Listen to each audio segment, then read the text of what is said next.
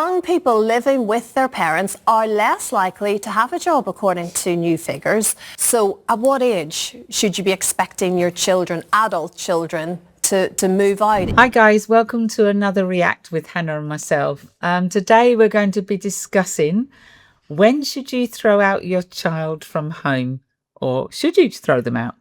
Be interesting to see.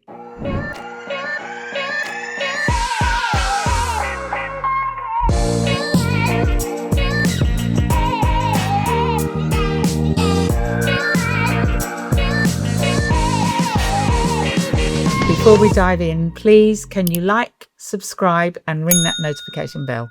Young people living with their parents are less likely to have a job, according to new figures.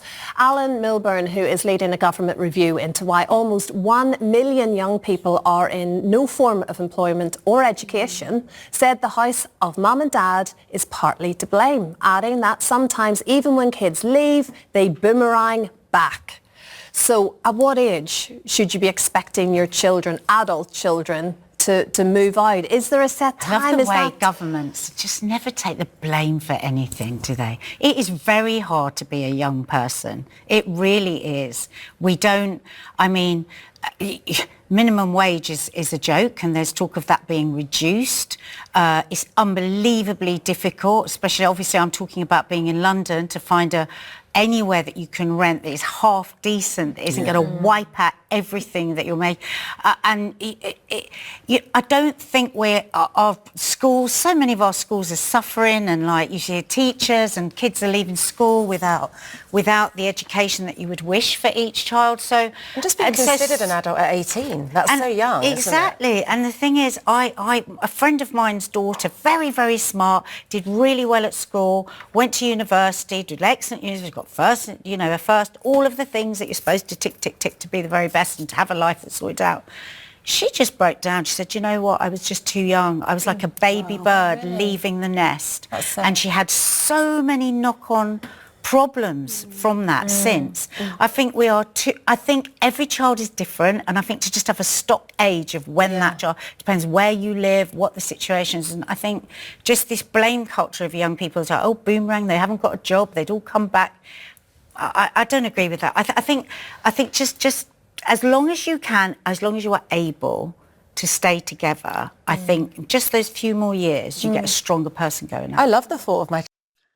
Well, Hannah, so I'm a mummy of 2 grown-up children, and one has long left the nest and getting married shortly. And my son has just finished university last year and has moved back home. And when I went to university, I left at 18, went to university, and I never went home.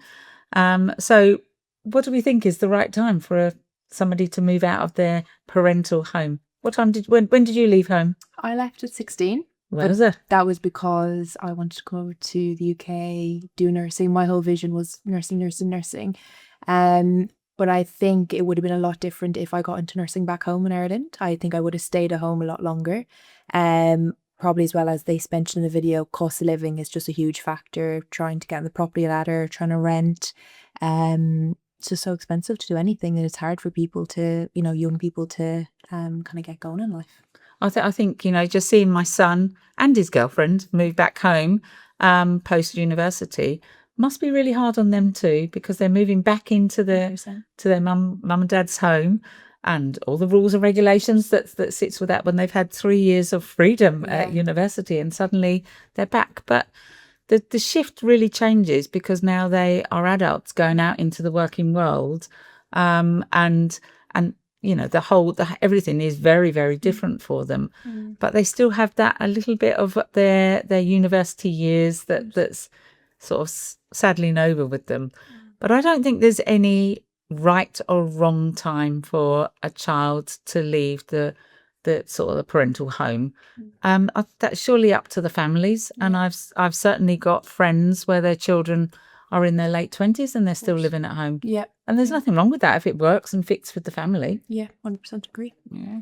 children coming back. I mean, I don't want them to leave at all, you know. I want them, but then there's another side of it of we need to empower them to be independent and to start to create their own roots and, you know, not rely on us as much. Sometimes when they leave too young, they actually falter. It's so young. I mean, how old were you? Well, I was just going to say, I think that was me. I think I did leave too young. I left at 17 and my mum and dad would have let me stay as long as I wanted and they didn't want me to leave. And I think, you know, I lived in a very small village and I read a lot of books, had a big imagination and I wanted to go out and see the wide world. But now I'm a mum. 17 to me is a young girl, not a woman. You sympathise with what your parents were feeling at that time, I bet, at this stage. mean, that would mean Belle leaving home in like 6-7 years. I couldn't imagine that, you know. My kids still have a single bed. If you had your time again, would you have not gone at that age then? Did you feel it did anything negative? I think, you know, when you talk about, you know, letter to your younger self, my younger self wouldn't have even opened the envelope, you know, because she knew everything. Yeah. So I think that's the thing. Like sometimes you have to go out there and do that yourself to really understand that. I get that. And a lot of the things I've understood, I didn't understand until I became a mother. Yeah, that makes sense. It's a hard one because for me, I moved out when I was 17 because of, you know, circumstances and my mum wasn't well and housing issues and things like that.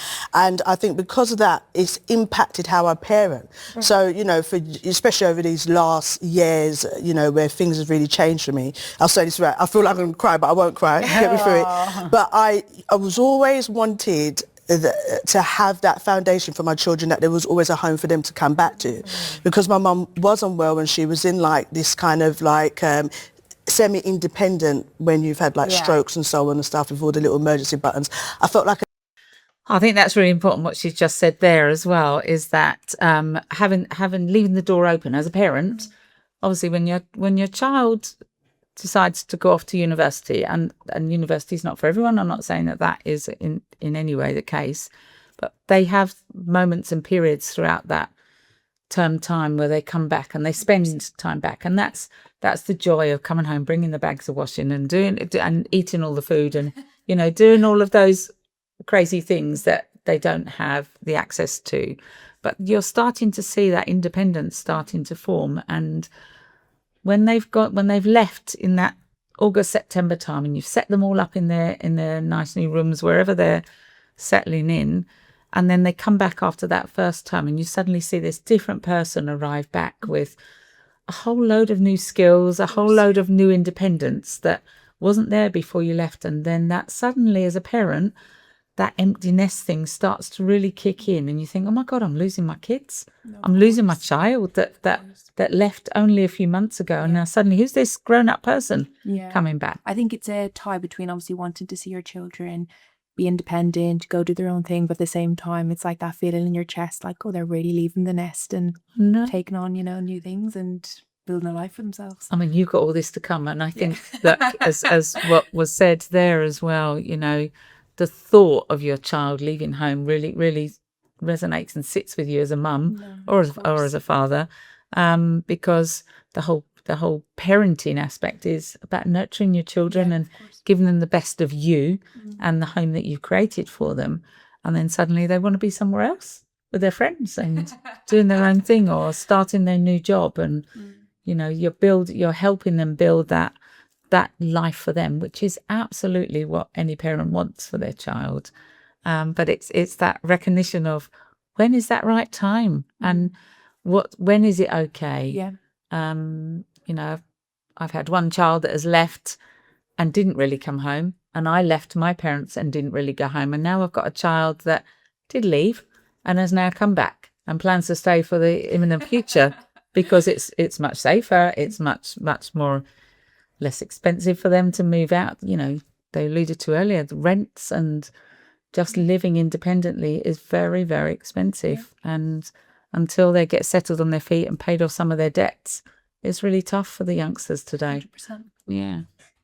never had that home to go back to. So when my friends would go to their parents on a Sunday, you know, I could go back there, but it wasn't the same. It wasn't the house we grew up in. So, you know, and that wasn't of her fault. That was all the stresses and stuff she went through. But you so think it was that's really, why you're such a hard worker? Yeah, it was your work really ethic. hard work. Yeah. So it was, for me, one of my desires was to have that home, whether it was social housing or whether it was a house that I bought. It was about having that place. And I realised that impacts how I parent. And then I battle between letting my children, you know, especially my daughter now who's come up to 21, her having her independence. So it's like, well, should you be she still moving? lives at home? Yeah, and I'm like, I'll stay at home until you're 30. And then I'm like, actually, I don't want to, like, is it model coddle you too much? Yeah. Maybe you do. Mollycoddle. Yeah, you know the thing I'm talking about.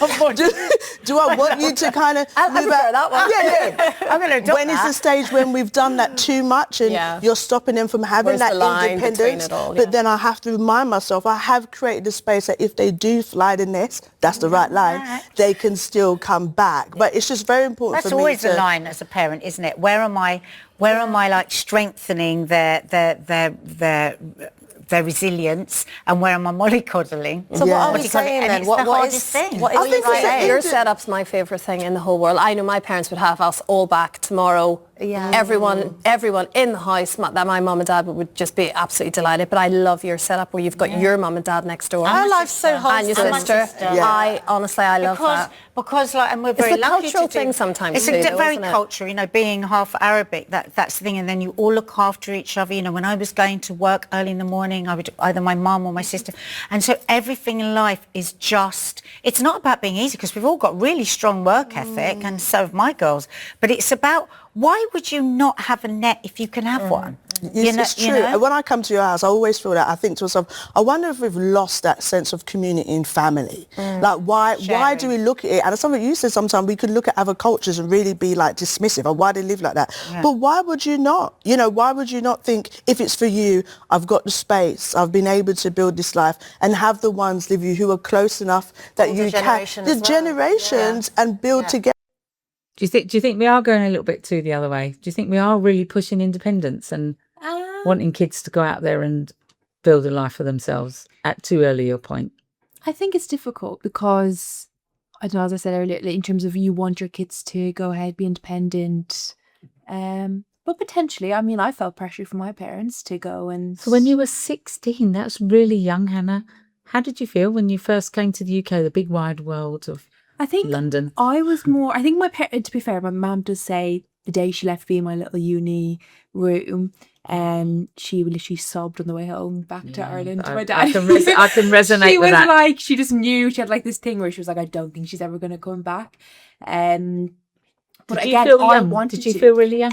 I was always, the thing is as well, because I wanted to do nursing, that was my dream. I was like buzzing, I couldn't believe, like, you know, I was going to do it. So I think it's a difference between I wanted to go and do it. It's if I didn't want to go and do it, or if I was, you know, being pushed to do it, then I would have felt obviously a lot different. Do you think that your parents particularly prepared you for that independence? Were you able to look after yourself? Could you cook for yourself? Could you, you know, clean your clothes, do whatever you needed to do? I would definitely say I learned on the way. My mum was always, you know, she came over regularly, would show me how to do everything. Before I left, she wrote out loads of different recipes and a little custom. When she was cooking something, she'd be like, right, Hannah, take this down, put out the recipe. So I think they definitely did their best to prepare me, but I was very much like at 16, 17, I was mature. You know what I mean? And as I said, my whole thing was become a nurse. So I was just, you know, even if they were like, oh, maybe wait another year or two, my head was already there.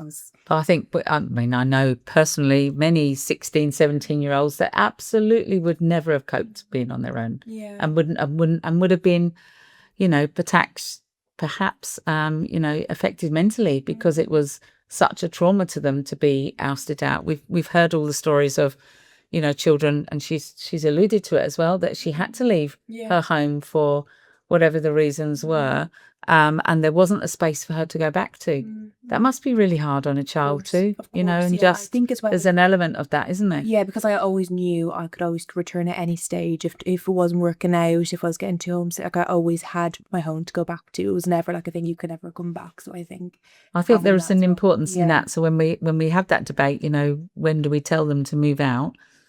There's no right or wrong answer for that, and I think it's all dependent on each individual family and what's comfortable for them.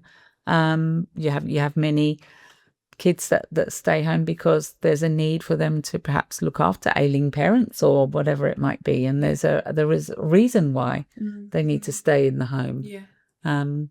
So let's see how they finish. It's okay if some people earn more in the family and some people earn less. That's okay because it's like a sharing thing. I love it. You know me, in the end, I'm going to end up in a commune. But my later life. And with all of us, I love it. When I see your life, it looks like it works in harmony, but I do think it's not easy. No, because in other families where somebody is more of the provider or earns more, that can breed resentment, jealousy, entitlement. So in theory, like, I mean, on Instagram, I just feel like your life is wholesome. It's this beautiful God, I hope not. No, but I want to move in because I feel like you'll batch cook for me. You know what it is? You feel like there'll be always something in the fridge.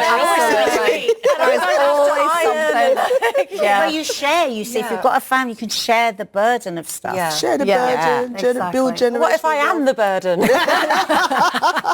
It's a tough one, and there's a lot of stress when you suddenly find yourself living on your own. You know, it sounds wonderful to say, I'm going to get my own place, then the bills start coming in, and it's not always as easy as young people. I remember one time I was in my little flat looking between the sofa trying to find £1. And that's when I phoned my mum, was like, okay, mummy, I understand. I understand. I get it now. Brand new appreciation, isn't it, when you're doing it on your own. Young people living with them. So I think we've sort of rounded up really that there's no right or wrong when a child should leave home. It needs to be appropriate for that particular family setting. And, you know, for a child to always feel that there is a space for them back at home I think is really important mentally and for maturity and growth to help them take the next steps into their next part of their adulthood. But no right or wrong on when that should happen. 100% agree. Thank you so much for listening. In summary, I think overall we've come to the conclusion that there is no right or wrong time to kick your child out of the household. It depends on circumstance, situations, cultures, but feel free to let us know your opinion, but please keep your comments kind. Thank you so much for watching. Please like, subscribe and ring the notification bell.